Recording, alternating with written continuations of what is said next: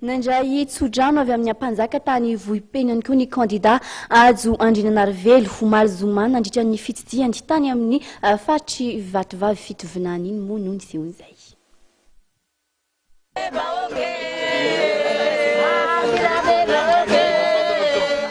Azo fanjakana ane ianareo hitondra filaminana ho an'ny Madagasikara ane ianareo.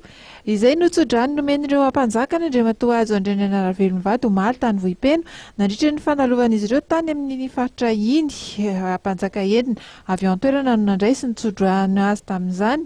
Ny tsodrano zava-mahery sy diso anjara tamin'izany ary ny kandida Hajo Andrianainarivelo mivady nandritra ny fandalovana izy ireo tany amin'ny faritra Vatovavy Fitovinany.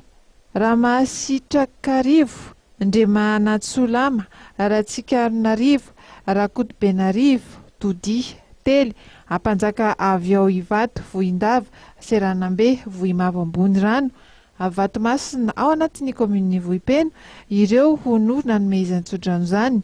Isan'ny kolotsaina ary fampitetezana ao anatin'ny rafi-piarahamonina malagasy ny fanomezana tsodrano, ireo zanaka mapala aleo lasa amin'ny zavatra izay kasena tanterahana.